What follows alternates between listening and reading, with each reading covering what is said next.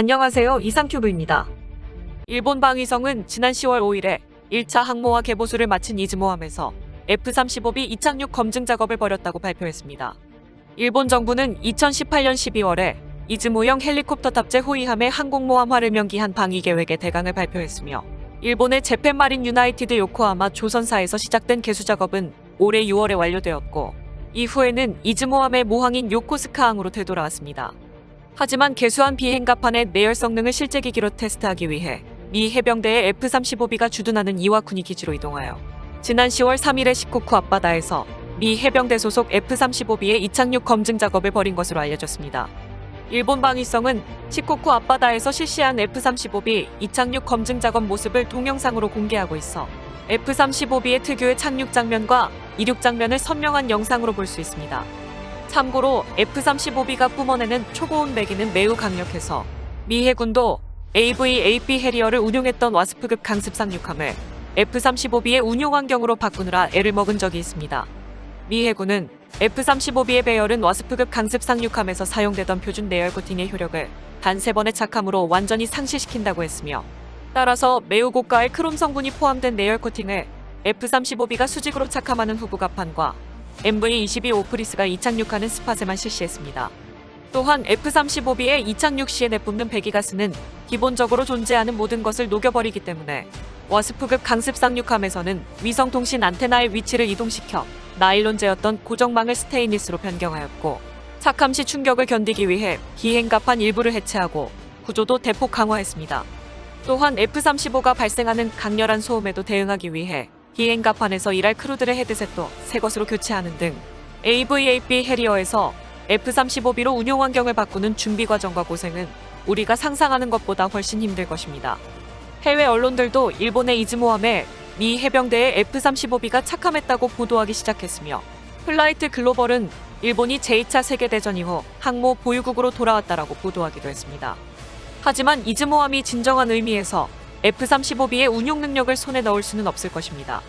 미국의 더 드라이브지는 이즈모함의 1차 항모화 개수는 비행갑판의 내열 처리가 주목적이며 항공연료 탱크 및 탄약고의 증설과 함내에서 F-35B를 유지 보수하기 위한 설비 설치 및 함수 영상 변경 등은 2차 항모화 개수로 실시되기 때문에 현재의 이즈모는 F-35B가 이착륙하는 것이 일단 가능해졌을 뿐이라고 지적하고 있습니다.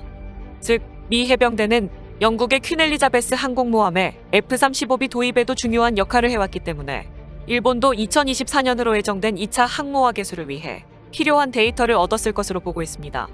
어쨌든 일본이 이즈모함에 F-35B의 착함에 성공했다는 소식이 전해지자 우연인지는 몰라도 한국과 러시아는 모두 무인 스텔스기를 선보였습니다.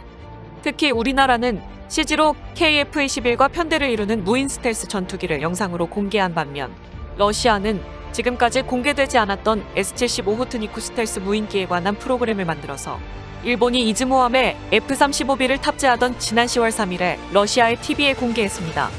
러시아의 수호이 설계국이 개발을 맡고 있는 S-75 호트니크는 수호이 57과 편대를 이룰 것으로 예상되는 스텔스 무인 공격기입니다.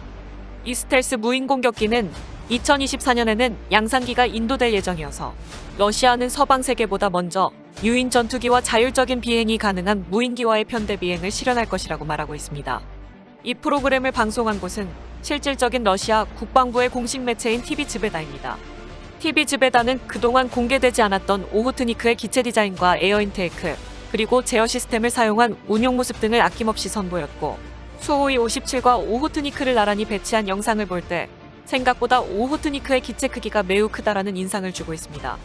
참고로 서방 언론들이 보도하고 있는 오호트니크의 기본 스펙은 길이 14m의 전폭은 19m에서 20m, 추정 중량은 20톤이며 최대 속도는 마하 0.8, 웨폰베이의 무기 탑재량은 약 4에서 6톤 정도이며 엔진은 수호이 57이나 수호이 35에 탑재되어 있는 AL-31 혹은 현재 개발 중인 AL-41 한기를 탑재할 것으로 보고 있습니다. 게다가 기체를 가까이에서 파악한 영상에서는 각종 장치의 돌기나 표면 처리의 엉성한 부분이 눈에 띄어서 아무런 처리도 되지 않은 엔진 노즐이 노출된 상태여서 스텔스가 가능할까라는 생각이 들었습니다.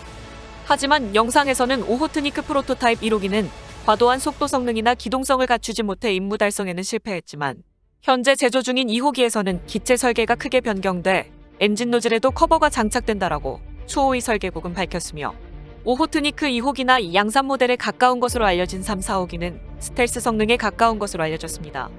특히 영상에 등장하는 오호트니크의 디지털 모델은 상당히 깊은 S자형 인테크 덕트가 채용된 것을 보여주고 있기 때문에 직선에 가까운 인테크 덕트 내에 전파 흡수 재료로 제조된 그레이팅을 탑재함으로써 엔진팬이 반사되는 전파 문제에 대처하고 있는 수호이 57과는 근본적으로 설계 철학이 다른 것으로 보입니다. 어쨌든 이번에 공개된 오호트니크 1호기는 유인기와 무인기의 편대 비행을 실용화하기 위한 기술 검증기적인 의미가 강하며 제어 방법도 인간에 의한 원격 제어에 의존하고 있기 때문에 AI로 운용되는 무인 공격기와는 거리가 멀지만 수호의 설계국은 오호트니크의 양산기는 반독립 혹은 완전한 독립 운용이 가능하다라고 말하고 있습니다. 즉, 미 공군의 무인 전투기 프로그램인 스카이보그는 실용화 시기가 불분명하고 구체적인 일정을 공언하고 있는 영국의 랑카 프로그램도 2030년까지 타이푼이나 F-35B와의 에어치밍을 실현하겠다고 했기 때문에 영국의 랑카 프로그램이 완전 독립운용 수준에 이르렀는지에 대해서는 의문이 남지만 러시아는 오호트니크의 독립운용에 대해서도 자신감을 보이고 있어 세계 최초로 유인기와 연동하는 무인 공격기가 될 수도 있을 것입니다. 우리나라도 KF-21과 편대 비행을 하는 스텔스 무인 전투기를 공개해 많은 주목을 받았습니다. 동영상 자체는 지난 4월에 실시된 프로토타입의 출고식 모습과 새로 제작된 KF-21CG로 구성됐으며 KC-330에서 공중급유를 받는 장면과 미티어 0대0 미사일을 발사하는 장면 등이 나오는데 특히 많은 주목을 받고 있는 것은 KF-21과 함께 편대 비행을 하는 스텔스 무인기가 나오고 있다는 점입니다. 방위사업청은 KF-21 개발이 순조롭게 진행되어 전력화되면 무인기와 공동으로 임무를 수행할 수 있다는 미래의 이미지라고 설명하지만 우리나라는 전익기의 비행 제어 기술이나 스텔스 기술 검증기로 스텔스 무인기인 가오리를 개발했고 올 9월에는 스텔스와 관련된 전파 흡수 구조와 레돔 기술, 안테나 내장 일체형 구조, 경량 전파 흡수 도료 기술을 개발했습니다. 이 스텔스 무인기가 처음으로 등장한 것은 작년 8월이며 국방과학연구소 창설 50주년을 앞두고 공개한 연구소의 발자취와 성과물 등을 공개하는 자리에서 처음으로 등장했습니다.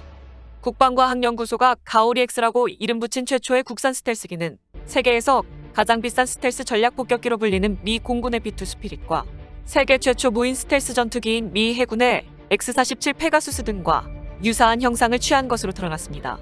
이날 처음 공개된 국산 스텔스기 가오리-X는 미래 핵심 기술 분야의 스텔스 무미 기술 시범기로 분류되며 향후 무인 스텔스 감시 정찰기 및 전투기 등으로 점차 발전시켜 나갈 것으로 예상되고 있습니다. 가오리-X는 가로 14.8m에 세로 10.4m의 크기로 중량은 10톤에 달하며 비행시간은 3시간 정도이며 속력은 마하 0.5 이하로 10km 이하의 고도에서 비행하는 것이 목표라고 전했습니다. 국방과학연구소는 한국형 스텔스 무인정찰기 개발 사업을 과감히 발표함과 동시에 현재 본 사업은 국방중기 계획에 포함시켜 예산을 투입할 예정입니다. 하지만 스텔스 무인정찰기 개발에는 기술적 장벽이 아주 높기 때문에 시제기는 2020년대 후반에 등장하고 2030년대 이후에야 한국군에 인도될 전망입니다. 어쨌든 이번 영상에서의 마지막 장면은 KF-21과 무인 스텔스 전투기가 독도를 배경으로 편대 비행하고 있는 장면으로 일본에게 무언의 경고를 하고 있는 것처럼 보였습니다. 앞서 말했듯 일본이 이즈모함에 F-35B를 착함시킨 것은 제2차 세계대전 이후 76년 만의 일이며 개인적으로는 이 시점에 우리나라와 러시아가 동시에 스텔스 무인 전투기를 공개한 것은 미래의 동해 지역에서의 자신감을 표현한 것으로 보입니다. 이상 마치겠습니다. 시청해주셔서 고맙습니다. 이상큐브였습니다.